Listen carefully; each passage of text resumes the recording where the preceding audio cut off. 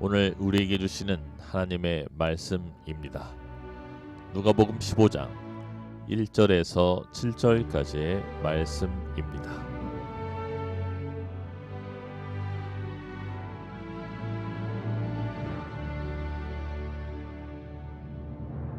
모든 세리와 죄인들이 말씀을 들으러 가까이 나오니 바리새인과 서기관들이 수군거려 이르되 이 사람이 죄인을 영접하고 음식을 같이 먹는다 하더라. 예수께서 그들에게 이 비유로 이르시되 너희 중에 어떤 사람이 양 100마리가 있는데 그 중에 하나를 잃으면 99마리를 들에 두고 그 잃은 것을 찾아내기까지 찾아다니지 아니하겠느냐. 또 찾아낸즉 즐거워 어깨에 메고 집에 와서 그 벗과 이웃을 불러 모으고 말하되 나와 함께 즐기자. 나의 잃은 양을 찾아내오너라 하리라. 내가 너희에게 이르노니 이와 같이 죄인 한 사람이 회개하면 하늘에서는 회개할 것 없는 의인 99으로 말미암아 기뻐하는 것보다 나으리라. 아멘. 한 주간 세상 가운데 우리에게 주어진 하나님의 은혜를 내 삶의 이야기로 살아내는 것 결코 쉬운 일 아닙니다. 여러분 얼굴 표정 뵈니까 얼마나 한 주간 좀 고단하게 열심히 여러분의 삶을 살아내셨는가 좀 티가 나는데 좀 더 행복하셔도 돼요. 우리 양옆에 있는 분들과 잠깐 우리 가볍게 인사 나누시면서 오직 하나님의 은혜입니다 라고 한번 인사 나눠보도록 합니다. 오직 하나님의 은혜입니다. 오늘은 맥주 감사 주일입니다. 말씀의 제목은 날 향한 끝이 없는 은혜 세 번째 시간으로 은혜의 기쁨을 누리시죠 라고 하는 제목으로 저와 여러분을 향한 하나님의 마음 함께 나눠보도록 하죠. 특별히 우리가 2019년 한 해의 절반을 살아내고 새로운 반년을 또한 우리는 믿음으로 살아내야 하는데 어느새 우리가 잃어버리고 있었던 그 중요한 무엇인가가 있지 않나 말씀을 통해서 같이 확인해 보도록 합니다. 예배당 안으로 들어오시면서 여러분 보통 핸드폰 무음 모드로 바꾸시잖아요. 다 바꾸셨나요? 만약에 여러분 예배 끝나고 핸드폰을 찾아봤더니 핸드폰이 없어졌다 하면 어떠시겠어요? 다시 말해서 여러분 핸드폰을 잃어버리신다면 어떡하시겠습니까? 참으로 당황스럽고 난감한 것이 요즘은 핸드폰 하나를 통해서 할 수 있는 일이 많다 보니까 우리가 핸드폰을 잃어버리게 되어지면 참으로 난감하고 당황하게 되어지는데요.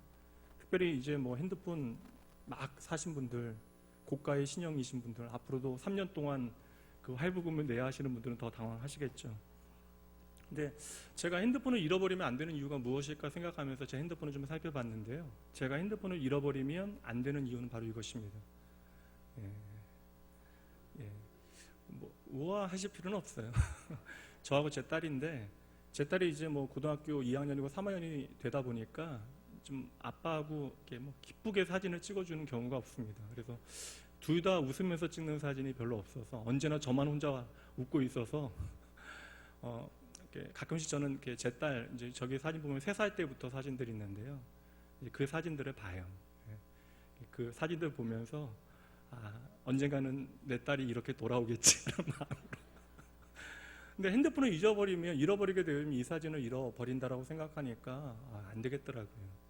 제가 예전에 섬겼던 교회 한 집사님께서 지갑을 잃어버리셨다고 제자훈련 중에 너무나 속상하다는 이야기 하시더라고요. 물론 여러분 지갑을 잃어버린다는 것은 쉬운 일이 아니잖아요. 물질적인 손해도 그렇지만 그 안에 신용카드 게다가 신분증까지 우리가 그로 인해서 당해야 되는 불편은 참으로 큰 일입니다. 그런데 그분께서 지갑을 잃어버리신 일에 대하여 그렇게 낙담하신 이유는요, 자신이 어릴 때 초등학교 다닐 때 아버지께서 돌아가셨는데 아버지의 마지막 남은 사진이 그 지갑 안에 들어 있었기 때문에 그러합니다. 오늘 저와 여러분은 지갑이나 핸드폰을 잃어버리지는 않았어요. 그러나 어찌 보면 우리가 절대 잃어버려서는 안 되는 마음을 어느새 잃어버리고 살고 있는지도 모릅니다. 오늘 말씀은 우리가 잃어버린 것에 대하여 말씀하고 있는데요. 오늘 말씀의 시작을 보니까 예수님 당시의 종교 지도자들이 예수님을 바라보는 어떠한 시선을 우리에게 보여주는데 그들의 눈에 비친 예수님의 모습은 참으로 당황스러운 모습이었습니다. 그런데 시간이 지나다 보니까 그들의 마음속에 있었던 그러한 당황스러움 어느새 분노로 바뀌게 되어지는데 예수님의 말씀은 분명 진리인 것은 사실이나 그들이 듣기에는 너무나 불편한 말씀만을 골라서 하셨기 때문에 그래요. 첫 번째는 예수님께서 전하시는 진리의 말씀이 그들의 마음속 깊은 곳에 숨어 있었던 숨은 죄악을 드러냈기 때문이고요. 두 번째는 도무지 아무리 봐도 예수님께서 자신들의 편이 아닌 것으로 여겨졌기 때문에 그러합니다. 게다가 어떠한 지도자들은요, 예수님을 질투하기 시작하는데 수많은 백성들의 입에 예수님의 이름이 오르락내리락 하다 보니까 예수님을 따르는 사람들이 날이 갈수록 많아집니다. 그러니 인기가 많으신 예수님에 대하여 사람들은 질투하기 시작했던 것이죠. 이렇게 예수님을 미워하는 사람들이 많아지게 되어지자 그들은 정치색이나 자신들의 어떠한 가치관과 상관없이 함께 모이기 시작했고요. 그렇게 평소에 싸우고 사이가 좋지 않았던 사람들임에도 불구하고 예수님을 미워하는 일에 의기투합하여 예수님을 비난할 수 있는, 정죄할 수 있는 이유들을 찾아내기 시작합니다. 그런데 아무리 살펴도 예수님께는 그러한 틈이 보이지 않았다라는 것이죠. 그러던 찰나에 예수님께서 안 해놓으셨네요, 무음으로. 그러던 찰나에 예수님께서 율법이 정한 죄인들과 식사를 함께 하신 거예요. 우리가 지난주에도 함께 살펴봤지만 죄인 중에 죄인이었던 삭개오와 함께 식사를 하시고 그의 집에 유하셨잖아요. 이것이 단 한 번만의 이벤트 사건이면 괜찮은데 이후로도 예수님께서는 소위 이야기하는 죄인들이라고 불리워지는 사람들과 함께 식사하는 것을 즐겨 하셨다라는 것이죠. 그러니 이 얼마나 좋은 기회입니까? 그러니 당시에 유대교 지도자들은 예수께서 더러운 죄인들과 함께 하는 것에 대하여 수군거리기 시작하고 정죄하기 시작합니다. 그렇게 그들이 뒷담화하는 것에 열을 올렸을 것이고 이렇게 만들어진 가짜 뉴스들은 어느새 진실인 것처럼 퍼져나가기 시작해서 어느새 예수님은 죄인들과 함께하는 분별력 없는 먹기를 좋아하는 먹보가 되어져 있었습니다. 물론 예수님께 가까이 나와서 말씀을 듣는 사람들 가운데서는 도덕적으로 문제가 있는 사람들이 상당히 많이 있었던 것도 사실이에요. 그러나 당시에 지나친 율법의 해석으로 인하여 죄인이라고 정죄받은 사람들도 있었고요. 또한 시대적인 상황 때문에 죄인으로 낙인 찍힌 사람도 있었습니다. 여러분, 이러한 모든 상황들, 특별히 오늘 말씀의 1절이 보여주고 있는 그 배경을 살피게 되어지면 이 장면이 얼마나 아이러니한가를 우리는 먼저 기억해야 돼요. 왜 그러냐면 지금 바리새인들이 하나님을 잘 섬긴다라고, 하나님을 참으로 경외한다라고 이야기하는 바리새인들이 지금 열을 올리고 침을 튀기면서 죄인이라고 말하는 이들을 하나님이신 예수님께서는 귀하게 맞아들이시고 그들의 친구가 되어 주셨다라는 것이죠. 다시 말해서 하나님께서 귀히 여기시는 자들을 그들은 도리어 하나님의 이름으로 정죄하고 미워하는 일을 하고 있는 것입니다. 지난주 말씀의 핵심을 기억하시는지 모르겠어요. 하나님의 은혜에 대한 개념을 살피기 위해서 우리는 그 복음이 무엇인지, 예수님께서 이 땅에 오신 이유가 무엇인지를 삭개오와의 그러한 교제의 장소를 통하여 우리는 살펴봤는데 그날의 복음의 핵심은 바로 이것입니다. 예수님께서는 삭개오를 향하여 그리고 그 자리에 모여있는 모든 사람들을 향하여 말씀하시길 내가 이 세상에 온 것은 바로 잃어버린 자를 찾기 위하여 그들을 구원하기 위하여 내가 이 땅에 왔다라고 말씀하신 것이죠. 여러분 오늘 잘 보셔야 돼요. 그러니까 오늘 말씀의 논쟁은요 그저 한 끼 식사에 대한 논쟁이 아닙니다. 그리고 왜 예수님께서 그들과의 식사에 이렇게 몰두하셨나, 집착하셨나, 왜 그리도 밥에 대하여 연연하셨나, 여러분 그 이유를 찾아내셔야 하는 것이죠. 구약의 말씀을 살피다 보면 여러 절기들이 많이 등장합니다. 그런데 그 절기는 이스라엘 백성들에게는 그냥 지켜야 되는 어떠한 날의 개념이 아니라 축제의 개념이었어요. 그리고 그들의 모든 절기는 하나님의 놀라운 은혜와 하나님의 구원을 경험한 날들이었죠. 그래서 그 절기마다 유대인들은 잔치를 벌이게 되어지고 그 잔치에 많은 이웃들을 초대하여 음식을 함께 나누는 일들을 하게 되어집니다. 그러므로 성경시대에 유대인들이 음식을 함께 나눈다라고 하는 것은 단지 나의 한 끼의 배고픔을, 육신의 그러한 배고픔을 해결하는 그 수단으로 끝나는 것이 아니라 서로 교제를 나눈다라는 거예요. 다시 말하면 저 사람을 나의 친구로 받아들인다라고 하는 것이 함께 식탁에 앉는다라고 하는 것의 의미입니다. 우리가 이렇게 생각해 볼 때 예수님께서 우리에게 주신 말씀 이해가 될 것 같아요. 요한계시록 3장 20절 말씀, 유명한 말씀이죠. 이 말씀 함께 읽어봅니다. 볼지어다 내가 문 밖에 서서 두드리노니 누구든지 내 음성을 듣고 문을 열면 내가 그에게로 들어가 그와 더불어 먹고 그는 나와 더불어 먹으리라. 아멘. 얼마나 거창하게 시작되어져요. 볼지어다. 이렇게 거창하게 부르신 후에 싱겁게 먹는 이야기가 나오잖아요. 찾아오셔서 문까지 두드리시고 들어오신 예수님께서 하신 일이 무엇이에요? 함께 먹는 일입니다. 그러니 이 유명한 말씀은 그저 예수님께서 우리와 함께 한 끼의 식사를 하시겠다라고 하는 말씀이 아니라 우리가 우리의 생명 되신 주님을 향하여 우리의 마음의 문을 열게 되어질 그때에 우리는 하나님과 하나 되어지는 신비한 연합이 시작되어짐을 말씀해주고 계시는 것이죠. 유대인들은 그럼에도 불구하고요, 죄인이라고 불리는 사람들뿐만 아니라 심지어 이방인들, 수많은 율례들로 사람들과 함께 식사하는 일을 엄격하게 나누고 구분짓는 일들, 금지하는 일들을 하기 시작합니다. 그래서 유대인들이 한 일 가운데 하나는 내가 함께 식사할 수 있는 사람과 함께 식사해서는 안 되는 사람을 엄격하게 구분하였던 것이죠. 그리고 이러한 구별을 지켜내지 않으면 아주 심각한 죄를 지은 것으로 간주한 거예요. 그래서 내가 죄인이라고 정죄받은 사람들과 함께 식사를 하게 되어지면 내가 바로 그들의 친구로 죄인이 되어지는 것입니다. 근데 오늘 예수님께서는 이 유대인들의 엄격한 구별을 허물고 계시는 것이잖아요. 그러니 유대교 지도자들의 눈에서는 이보다 더 심각한 죄가 없는 것입니다. 그럼 여기서 우리가 중요한 사실 한 가지를 먼저 점검하고 넘어가야 될 것 같아요.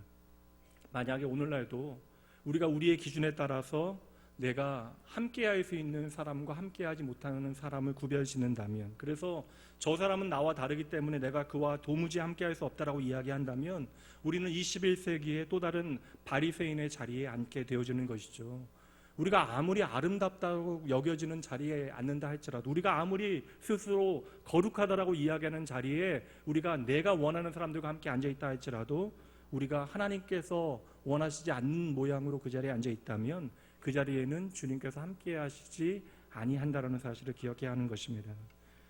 이렇게 구약 시대의 제사라고 하는 것은 오늘날 우리에게 예수 그리스도의 복음이 무엇인지를 설명해 주는 중요한 기준들이 되어져요. 절기도 마찬가지지만 구약 시대의 제사도 마찬가지입니다. 여러 가지 제사가 있잖아요. 특별히 제사는 제물을 어떻게 다루느냐에 따라서 다양한 방법으로 나누어지게 되어지는데 크게는 5가지로 나누어지지만 여러분 많이 들어보신 번제나 소제와 같은 것은 제물을 완전히 태우는 제사를 드리는 거예요. 다시 말하면 번제와 소제는 제물을 불로 완전히 태워서 남는 것이 하나도 없는 제사, 그래서 하나님을 향한 온전한 헌신이 무엇인가를 그 제사를 통해서 보여주게 되어지는 것입니다.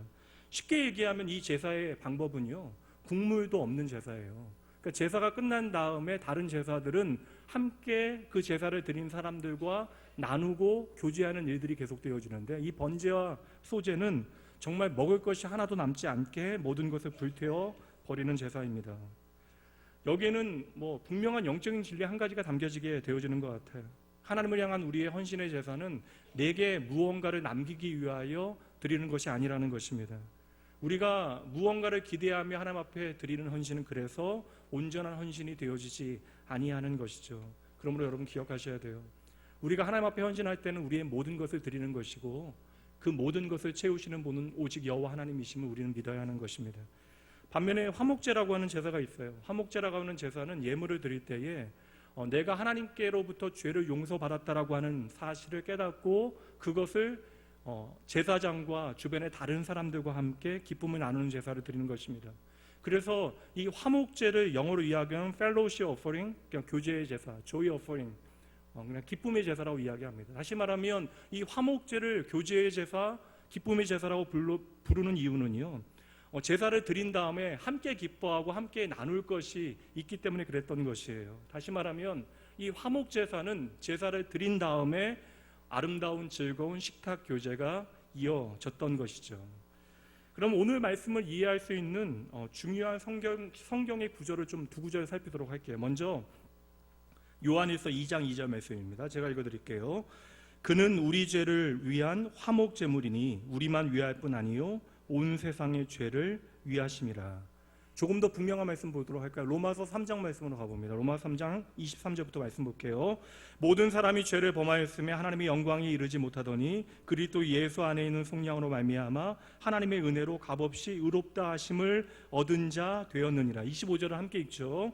이 예수를 하나님이 그의 피로써 믿음으로 말미암아 화목제물로 세우셨다니 이는 하나님께서 길이 참으시는 중에 전에 지은 죄를 간과하심으로 자기의 의로우심을 나타내려 하심이라. 아멘. 여러분, 성경은 분명하게 우리에게 선포하고 있습니다. 예수님께서 화목제물이 되어주셨대요. 왜 예수님께서 화목제물이 되어주셨다라고 성경은 선포하고 있는 것입니까? 그럼 오늘 다시 말씀을 한번 돌아와 보도록 할까요? 예수님께서 당시에 죄인이라 칭해지는 사람들과 함께 식사를 하신 것, 그리고 지난주 말씀처럼 가장 심각한 죄인이라, 그 누구도 함께할 수 없는 죄인이라 칭하여졌던 삭개오의 집에 머무시고 그와 함께 식탁 교제를 나누신 이후, 그것은 어떠한 것을 우리에게 보여주는 것이라고요? 예수님께서 친히 화목제의 화목제물이 되어지심으로 이제 우리가 예수 그리스도를 먹고 마심으로 하나님의 구원을 누리게 되어질 것을 보여주신 것이죠. 이제 예수님의 십자가의 그 보혈이 이 땅에 이루시는 하나님의 구원의 기쁨이 무엇인지를 우리에게 비추어 주시는 것입니다. 그래서 예수님께서는 지난주 말씀에서처럼 삭개오의 집에서 함께 식탁 교제를 나누신 후에 삭개오를 향하여 말씀하시잖아요. 삭개오야, 오늘 이 집에 구원이 임하였느니라. 다시 말해, 그들은 예수님과 함께 식사를 나눈 것이 아니라 기쁨의 제사에 참여한 것입니다. 그 식탁 교제, 믿지 않는 사람들, 예수를 나의 주로 받아들이지 않는 유대 종교 지도자들의 눈에는 심각한 죄인들과의 그릇된 죄악의 자리일지 몰라도 하나님을 향하여서는 그것이 기쁨의 제사가 되어졌던 것이죠. 바로 그들을 구원하기 원하시는 하나님의 마음이 그 식탁에 담겨져 있는 것입니다. 그래서 오늘 죄인들과의 식사를 하는 예수님 뒤에서 수군거리며 뒷담화하고 있는 이들을 향하여 예수님께서는 특별한 말씀을 하시는데, 그것이 여러분 유명한 누가복음 15장의 세 가지 비유의 말씀이죠. 여러분 잘 보셔야 돼요. 사실 예수님께서 자신을 끝없이 배신하는 그 바리새인들을 향하여, 서기관들을 향하여 이런 말씀하실 필요가 없습니다. 그렇다면 이 세 가지 비유를 그들에게 말씀하시는 이유가 무엇이겠어요? 저는 이것이 그들을 향한 예수님의 책망이라고 생각하지 않습니다. 그들 역시 버릴 수 없는 하나님의 백성, 하나님의 마음을 깨닫기 원하는 예수님의 마음이 저는 여기에 담겨 있다라고 생각을 해요.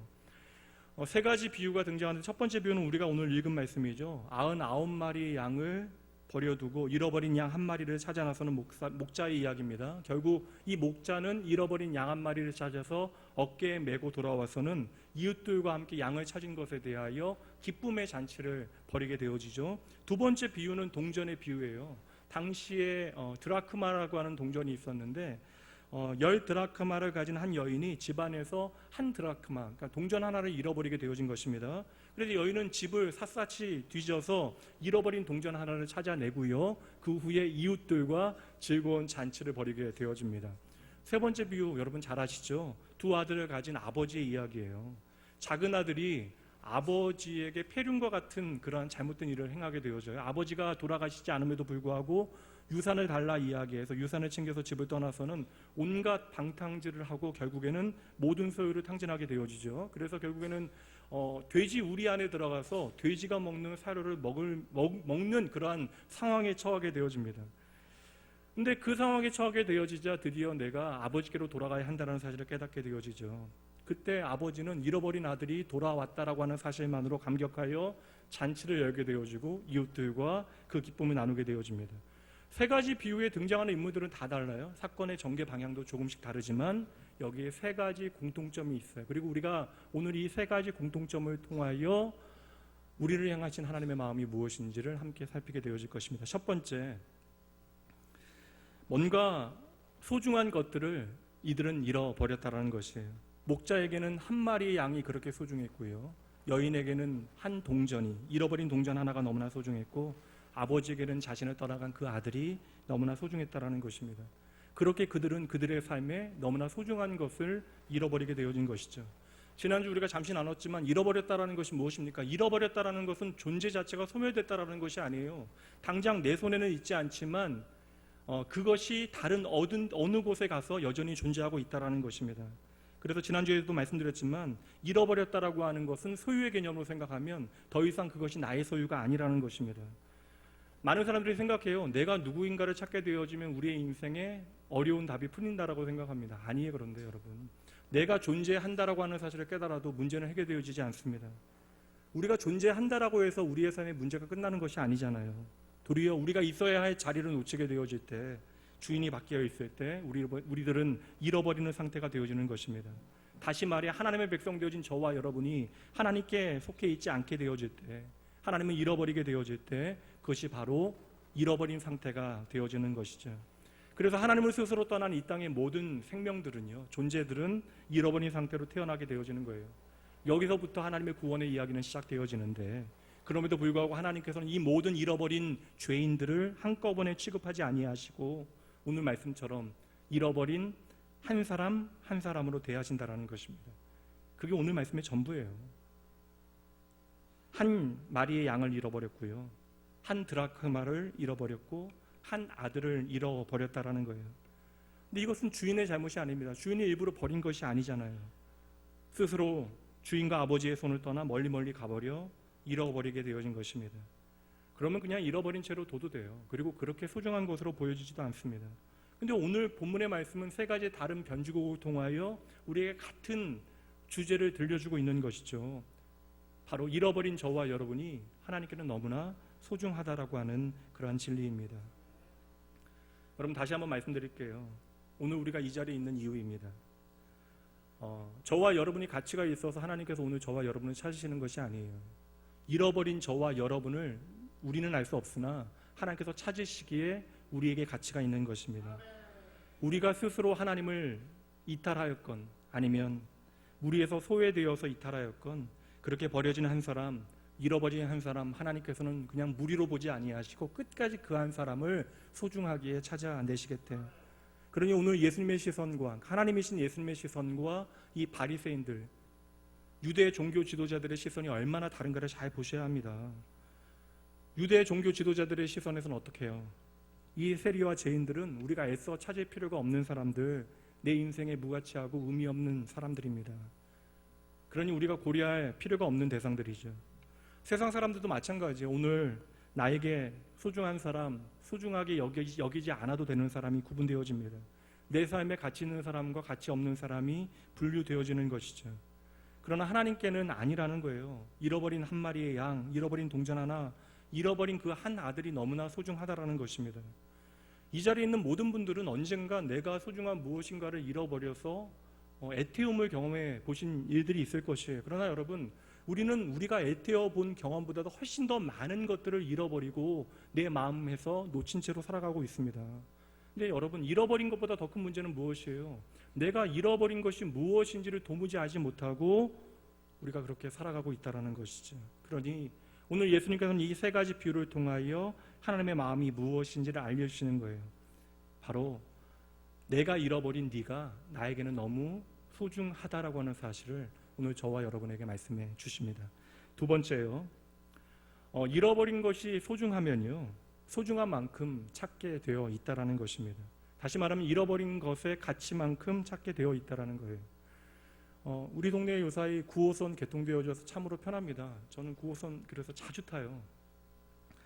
얼마 전에 성도님 한 분이 초신자분인데 저를 만났더니 다음 칸 옮겨가시더라고요. 저는 봤는데 옮겨가시는데 이렇게 확신이 없어서 못 보고 옮겨가셨으면 제가 가서 인사드리면 되는데, 혹 이제 목회자를 보고 불편해서 옮겨가신 거면 제가 일부러 찾아가서 인사드릴 필요가 없어서. 얼마 전에 9호선 제가 지하철을 탔는데 지하철에 특별한 전단지가 붙어 있더라고요. 근데 보신 분들이 있는지 모르겠어요. 잃어버린 개를 찾는다라고 하는 전단지인데 보신 분 계십니까?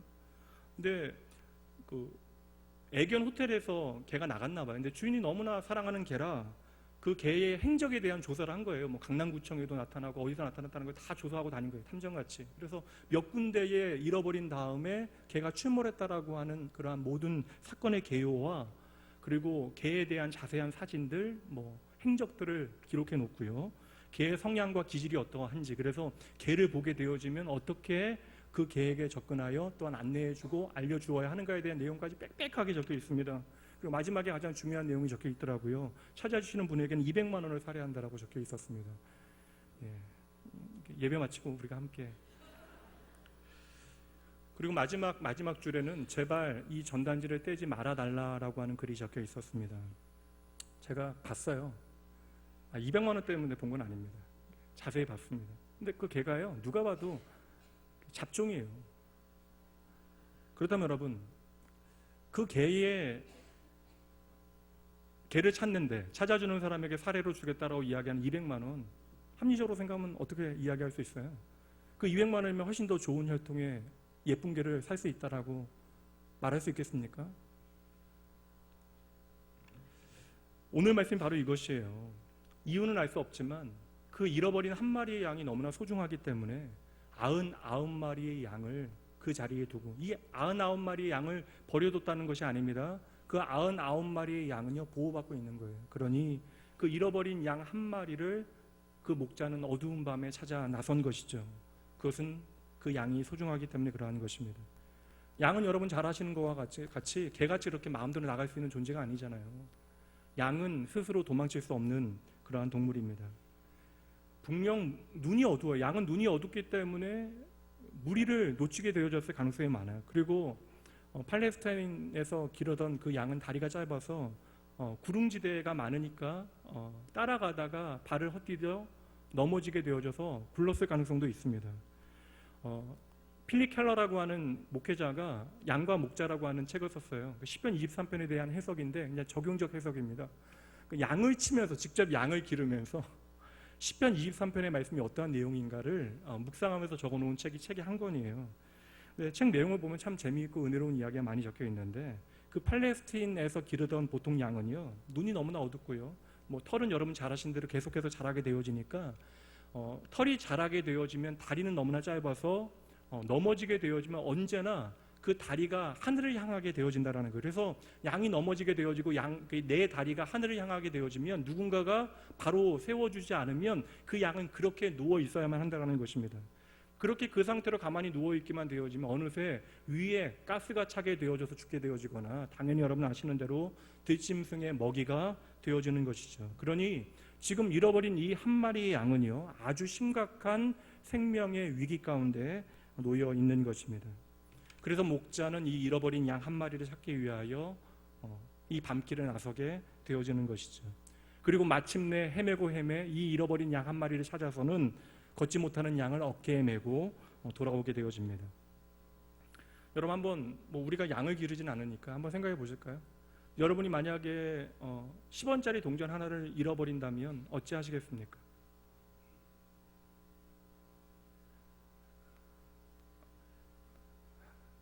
(10원짜리) 동전 하나, 얼마 전에 마트에 가니까요, 제가 물건을 사가지고 나오는데 중학교, 고등학교 아이 정도 되는 것 같은 교복을 입은 아이들이요, 뭘 사더니 10원짜리 동전을 땅에 버리는 거예요. 와, 그러시는데 아이들에게는 그냥 그 10원이라고 하는, 돈이 많은 건 아닐 거 아니에요. 10원짜리 동전이 가지고 있는 것보다 그냥 버리는 것이 훨씬 더 편하다라고, 지들이 돈을 안 버니까 그렇지라고 하는 표정이신데, 여러분들 만약에 여러분들이 10원짜리를 잃어버린다면 한번 생각해 보세요. 내가 하루 동안 다녔던 길을 찾아다니면서 10원짜리 동전을 찾기 위해서 수고하시겠습니까? 그건 아니잖아요.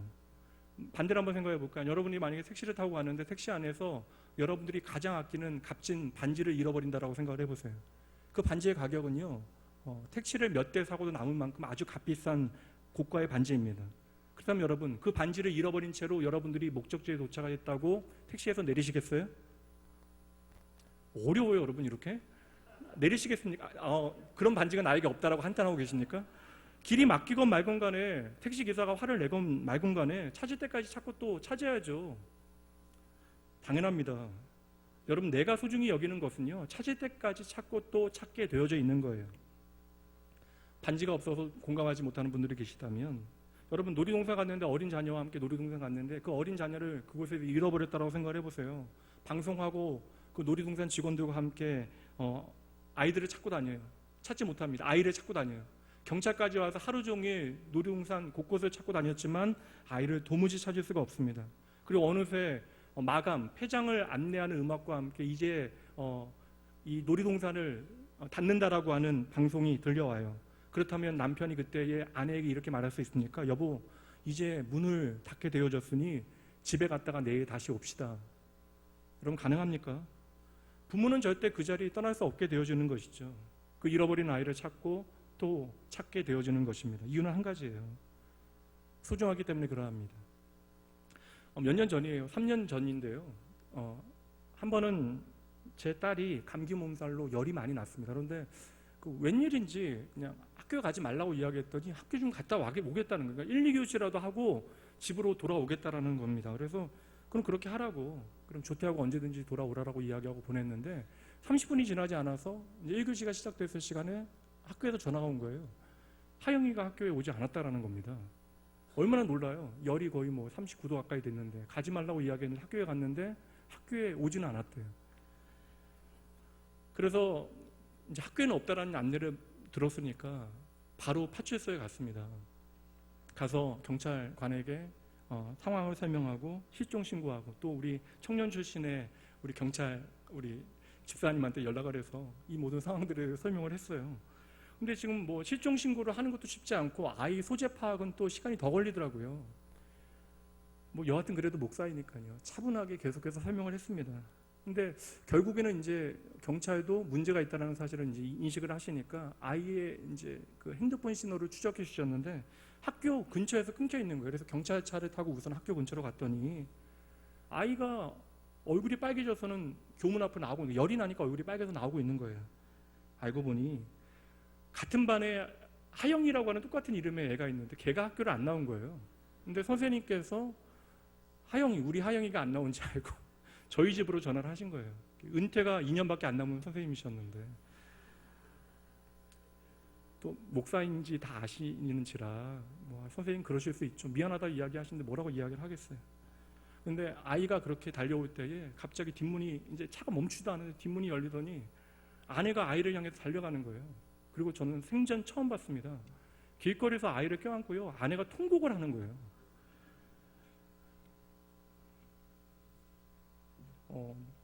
여러분도 마찬가지 아닐까요? 그 2시간이 부모인 저희에게는요 지옥과도 같은 시간이었습니다. 아이를 찾았을 때의 안도감과 기쁨은 말로 할 수 없어요. 그때 마음만 기억하면 평생 그 아이에게 짜증내지 않고 살 수 있을 것 같은데 당시 아내가 집으로 돌아와서 이웃들과 기쁨의 잔치를 벌였는지에 대해서는 기억나지 않습니다. 여러분 오늘 말씀이 우리에게 어떠한 진리를 비춰주고 있어요?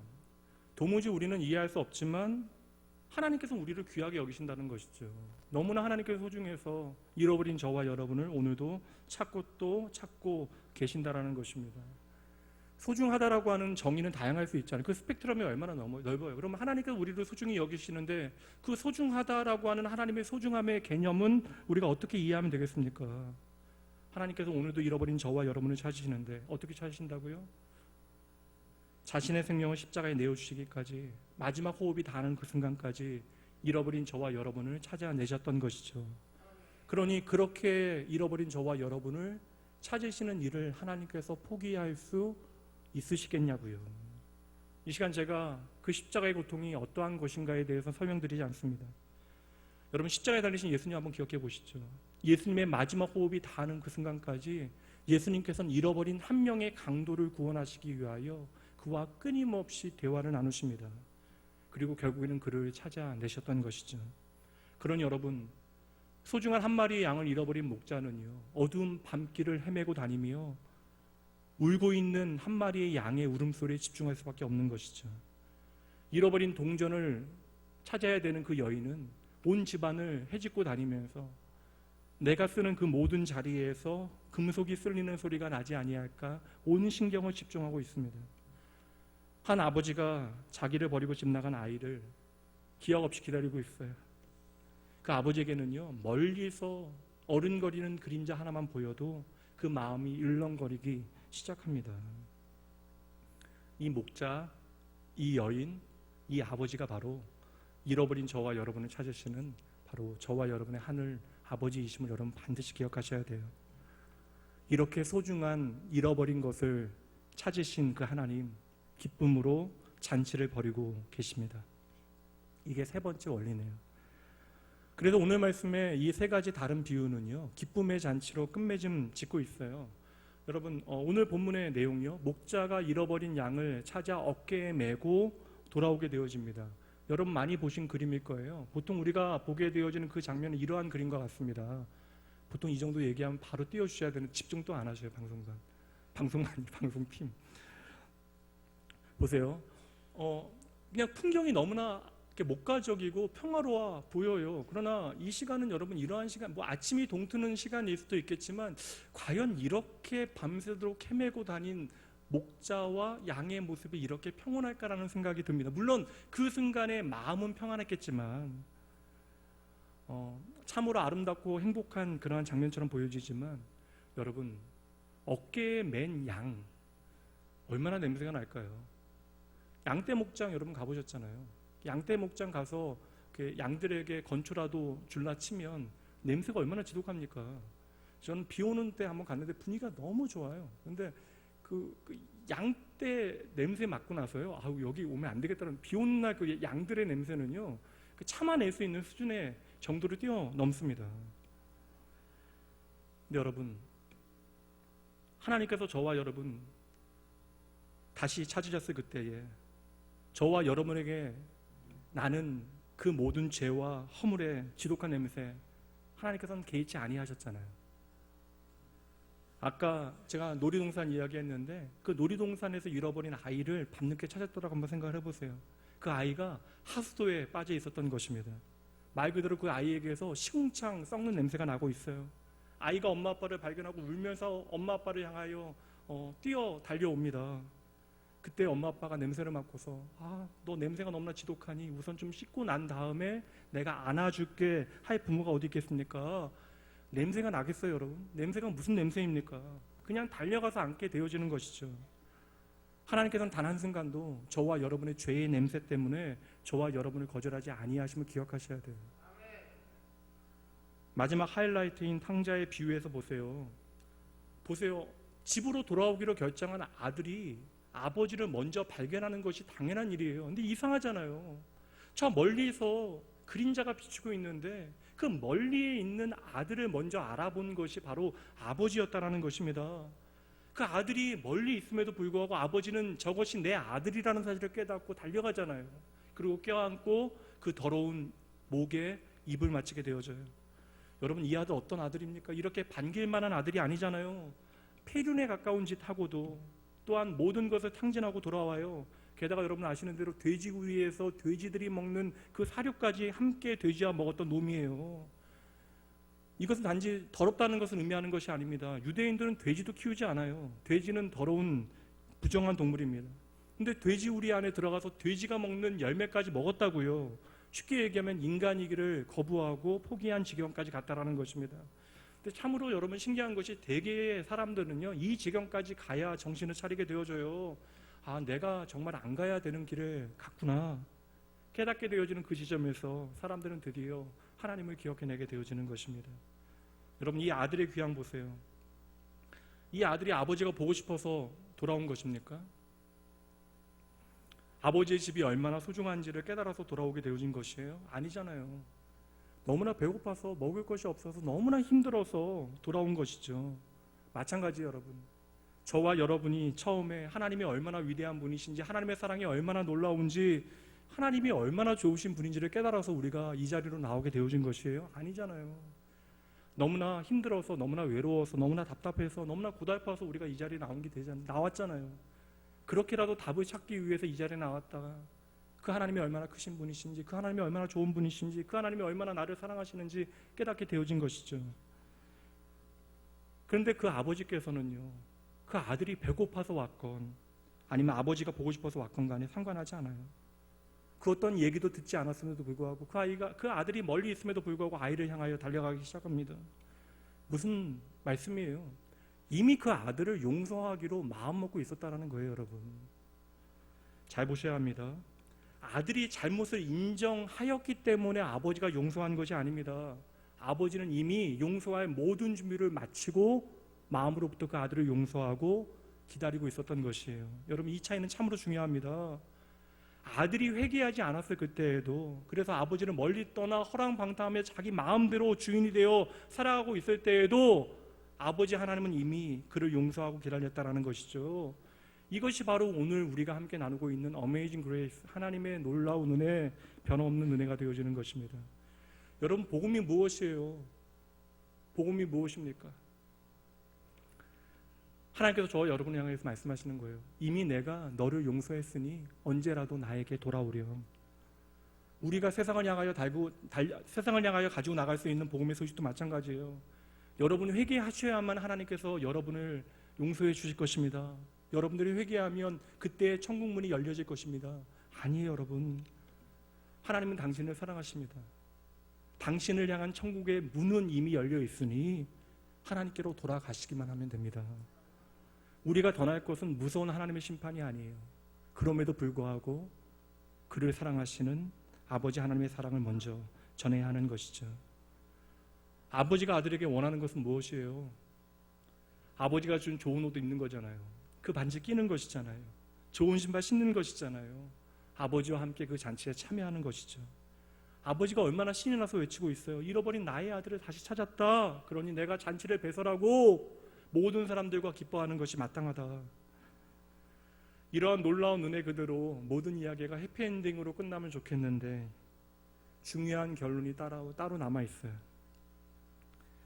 중요한 것은 바로 저와 여러분의 응답이 되어질 수 있는데, 오늘 말씀에 등장하고 있는 두 아들 모두 아버지가 베푼 이 기쁨의 잔치에 기쁨으로 참여하지 못했다라는 거예요.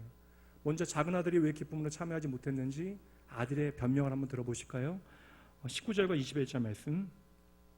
지금부터는 아버지의 아들이라 일컬음을 감당하지 못하겠나이다. 나를 품꾼의 하나로 보시옵소서. 21절. 아들이 이르되 아버지, 내가 하늘과 아버지께 죄를 지었사옵니다. 지금부터는 아버지의 아들이라 일컬음을 감당하지 못하겠나이다. 이 아들은 계속해서 내가 자격이 없다라고 이야기합니다. 맞는 이야기이긴 하죠. 그러나 여러분, 문제는 뭐예요? 이 자책감 때문에, 죄책감 때문에 하나님의 기쁨에 동참하지 못하고 있다는 거예요. 자신이 아들이라 불리어질 자격이 없는 사람이기 때문에 도리어 아들이 아니라 이제 일꾼이 되어지겠다라고 말하고 있는 것입니다. 세상적인 기준에서는 이 말이 당연해 보일 수도 있어요. 그렇게 엉망이 되어져서 돌아왔으니 면목이 없는 것이 마땅하죠. 그러니 이 아들의 모습에서 우리는 우리 자신의 모습을 발견하게 되어지는 것입니다. 우리가 잘못했으니 오늘 하나님의 사랑을 받지 못하는 것이 마땅하고 모든 일에는 대가가 필요하다고 우리는 생각하는 것이죠. 그런데 나도 모르게 다 작은 아들의 마음에서 하나님을 두려운 마음으로 그냥 멀리 계시는 분들로 대하게 되어지는 거예요. 그러니까 때로는 우리는 하나님의 은혜로부터 멀리 숨어 있는 것입니다. 근데 아버지 하나님의 마음은 우리의 생각과 전혀 다름을 우리는 발견해야 하는 것이죠. 여러분 한번 모든 분들이 부모이시니 한번 생각해 보시죠. 나의 자녀가 선하면 나의 자녀이고 악하면 나의 자녀가 아닙니까? 나의 자녀가 나한테 잘하면 나에게 아들이 되어지는 것이고 나에게 잘못하면 나의 아들이 아니게 되어지는 것입니까? 이번 주 제 딸과 제가 냉전 중입니다. 지금 3일째 좀 대화 없이 지내고 있어요. 아빠 눈치를 좀 보고 있습니다. 오늘도 아내에게 좀 다짐을 했어요. 여보, 내가 좀 마음을 강하게 먹어야겠지. 조금 더 대화를 안 해야겠지. 아내가 그래야 된대요. 근데 여러분, 이게 참 놀라운 건데요. 제 딸은 그런데도 밥을 너무 잘 먹어요. 근데 저는 입맛이 없어요. 그리고 아이를 안 보는 것처럼 계속해서 제 시선이 아이에게 가다가 있습니다. 부모함 그렇게 몰라줘도요, 걔가 제 딸인 것은 변함이 없는 것이죠. 시험 기간이라고 뭐 도서관에 가서 공부를 하는지 안 하는지는 모르겠지만 그래 늦게 들어와요. 밤늦게. 그럼 저는 그냥 아내를 채근합니다. 제가 이제 전화는 못하니까. 당신이 한번 좀 전화 좀 해보라고. 오늘 아버지께서는 아들이 거지꼴로 돌아왔는데 그동안 네가 어떻게 도무지 산 것이냐 묻지 않으시잖아요. 그 많은 재산 어떻게 탕진했느냐 꾸짖지 않으시잖아요. 왜 기뻐합니까? 아들이 돌아왔다라고 하는 사실 하나로 기뻐하는 거예요. 그것만이면 충분한 거예요. 여러분, 큰 잔치를 벌이고 있는 이유는 그것이 전부입니다. 그래서 여러분, 이것이 놀라운 하나님의 은혜예요. 여러분, 은혜가 뭐예요? 여러분, 오해하지 마십시오. 은혜는 자격을 따지지 않는 거예요. 은혜는 그 자격을 이야기할 필요가 없는 것입니다. 은혜요, 자격이 없는 자들에게 베풀어지는 것이에요. 그러므로 작은 아들처럼 내가 이제 아들이라고 불리어질 자격이 없다라고 말하는 것은 하나님의 마음을 모르는 거예요. 이것은 회개가 되어지는 것이 아니라 도리어 하나님의 마음을 외면하는 것이 되어지는 것입니다. 아버지는 지금 기쁨에 넘쳐서 이 아들을 위하여 잔치를 배설하고 있는데 아들은 생각하는 거예요. 이제부터 내가 좀 아버지 앞에서 선행 마일리지를 쌓아서 아버지 앞에 설 자격을 얻게 되어져야지. 내가 이제로부터 한 2달간은 음식을 좀 대충 먹어서 내가 알아서 좀 죄에 대한 대가를 치루어야지. 그렇게 아들이 마음먹어서는 되겠냐는 거예요. 자신의 죄를 정말 깨닫게 되어진 그 아들이 취해야 되는 행동이 무엇입니까? 그럼에도 불구하고 나를 이렇게 맞아주신 아버지의 마음을 깨닫고 그 은혜에 함께 동참하는 것, 아버지의 기쁨을 함께 나누는 것, 그것 여러분 아니겠어요? 성도 여러분, 하늘 아버지께서 원하시는 것은요, 아들이 이제 아버지가 준 제일 좋은 옷 입고 좋은 신발 신고 살찐 송아지 먹으면서 아버지와 함께 기뻐하는 거예요. 이제 아버지를 더 이상 떠나지 않는 것입니다. 그렇게 아버지의 아들로 내 존재를 인정하고 받아들이기를 하나님께서는 원하고 계시는 것이죠. 첫째 아들 더 심각하잖아요. 이 큰아들은 집 한 번도 나간 적 없지만 집안에서 수도 없이 가출하게 되어집니다. 하나님의 이름을 부르고 있지만 집안에서 하나님을 잃어버렸어요. 그리고 오늘 본문의 말씀에 예수님을 향하여 수군거리고 있는, 뒷담화하고 있는 바리새인들과 서기관들이 바로 이 큰 아들들입니다. 하나님께서는 이 아들들도 포기하지 않으시고 계시는 것이죠. 그들은 지금 잃어버린 자들과 함께 식사를 하시는 예수님을 비난하고 있잖아요. 기쁨의 잔치를 부정하고 있잖아요. 큰아들의 문제가 무엇입니까? 그들도, 큰아들도 결국 아버지의 기쁨에 동참하지 못했다는 거예요. 큰아들이나 작은아들이나 동일합니다. 렘브란트의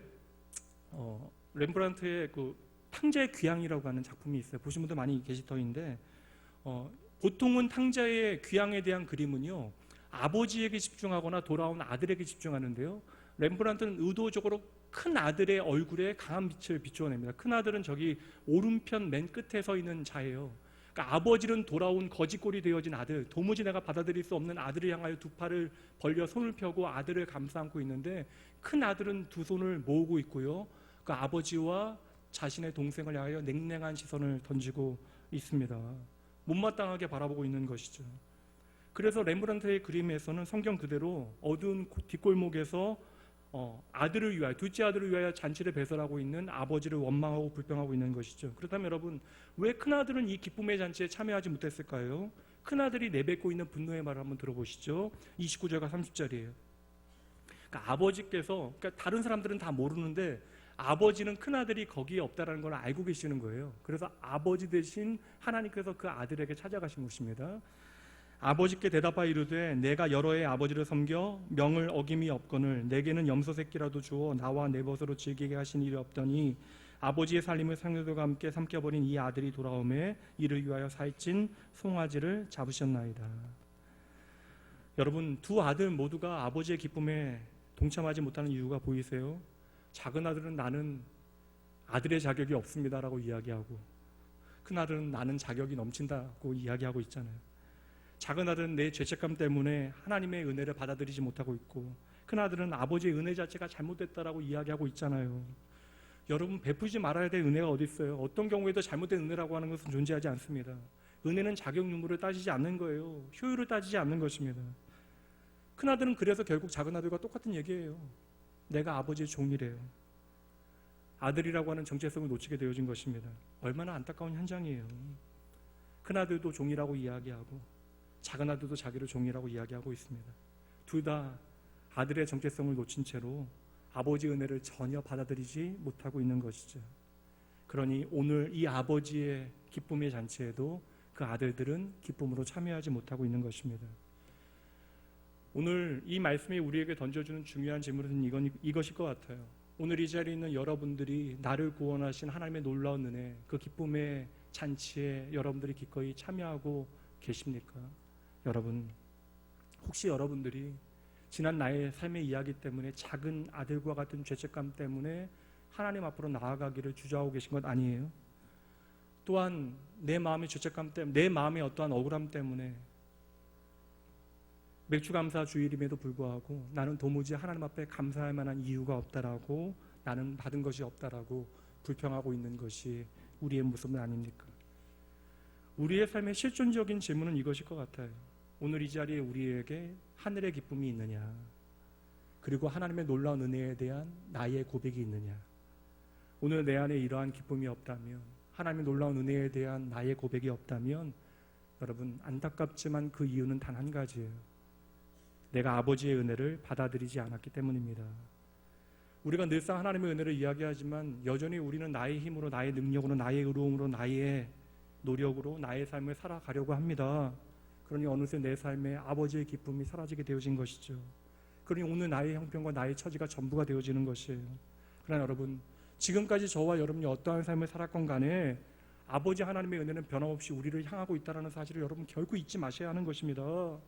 저와 여러분이 큰아들과 같이 살았건 혹은 작은 아들과 같이 살았건 간에 여러분, 우리가 어떠한 삶을 살았건 간에 하나님의 은혜는 우리가 자격이 없어요. 그럼에도 불구하고 예수 그리스도의 그 보혈, 그 십자가의 은혜 까닭에 오늘도 잃어버린 저와 여러분을 하나님은 애타게 찾고 계신 것입니다. 하나님께서는 예수 그리스도의 그 보혈의 공로를 통하여 저와 여러분의 그 은혜의 자리, 기쁨의 잔치로 불러주셨기 때문에 우리는 기쁨과 감사함으로 그 잔치에 참여할 수 있게 되어진 것이죠.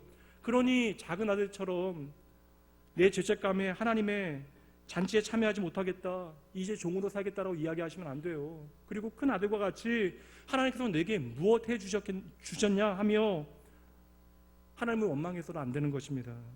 그저 여러분, 오늘 내 삶에 베푸신 하나님의 놀라운 은혜를 있는 그대로 바라보고 하나님의 그 기쁨에 동참하시면 되는 것이에요. 그것이 아버지 하나님께서 오늘 이 시간 저와 여러분에게 요구하시는 단 한 가지입니다. 그리고 오늘 맥주 감사절에 이것이 우리가 드려야 할 하나님을 향한 진정한 감사의 것이에요. 예수님께서도 오늘 저와 여러분을 향하여 그래서 말씀하시는 거예요. 7절 말씀이죠. 결론과 같은 말씀. 내가 너희에게 이르노니 이와 같이 죄인 한 사람이 회개하면 하늘에서는 회개할 것 없는 의인 99으로 말미암아 기뻐하는 것보다 더하리라. 아멘. 저와 여러분이 이렇게 돌아와서 우리는 감정이 없는데 하나님께서는 덩실덩실 춤을 추고 계시대요. 단 한 가지 기억해 주셔야 합니다. 맞아요, 여러분. 저와 여러분은 모두가 다 탕자입니다. 이미 집을 나간 적이 있거나 집안에서 불평하면서 아버지의 집을 마음으로 떠났거나 우리는 모두가 다 아버지의 집을 떠난 사람들이에요. 그렇게 내가 탕자라고 하는 사실을 깨닫게 되어져야 하나님의 그 무조건적인 은혜가 무엇인지, 어떠한 조건, 어떠한 단서도 붙지 아니하는 하나님의 그 은혜를 우리가 기쁨으로 누리게 되어지는 것입니다. 집 나간 탕자를 아버지 하나님은 이미 다 용서해 주셨잖아요. 보세요. 그리고 마을 어귀에서 그 하나님께서 이제나 저제나 저와 여러분이 돌아오기를 하염없이 기다리고 계십니다. 성질 부리며 아버지를 향하여 아버지가 내게 해준 것이 무엇이냐, 그 하나님의 사랑 앞에서 염소새끼 이야기하고 있는 큰아들에게도 먼저 찾아오시잖아요. 잔치 중에도 있지 아니하시고 집 밖으로 나오셔서 큰아들도 사랑해 주십니다. 제가 개인적으로 힘들 때마다 묵상하는 말씀인데 이 하늘 아버지의 마음을 엿볼 수 있는 말씀 함께 보도록 하죠. 이사야 49장 15절 말씀. 여인이 어찌 그 젖먹는 자식을 잊겠으며 자기 태에서 난 아들을 긍휼히 여기지 않겠느냐. 그들은 혹시 잊을지라도 함께 있죠. 나는 너를 잊지 아니할 것이다. 아멘. 이것이 오늘 저와 여러분을 향한 하나님 아버지의 마음이에요. 또다시 여러분, 한 주가 시작되어집니다. 저와 여러분의 모습이 어떠한 모습이건 간에 오늘 나의 모습에 의기소침해서 나의 자격에 대하여 말하거나 심지어 하나님의 은혜가 문제가 많다라고 불평한다 할지라도 하나님께서는 그래도 저와 여러분을 하나님의 은혜의 식탁으로 오늘 초청하고 계십니다. 이 한 주간 우리가 할 일은 단 한 가지 같아요. 하나님의 그 은혜의 기쁨을 함께 누리시면 됩니다. 이 시간 그 하나님의 은혜 기억하시면서 하나님 앞에 찬양하시죠.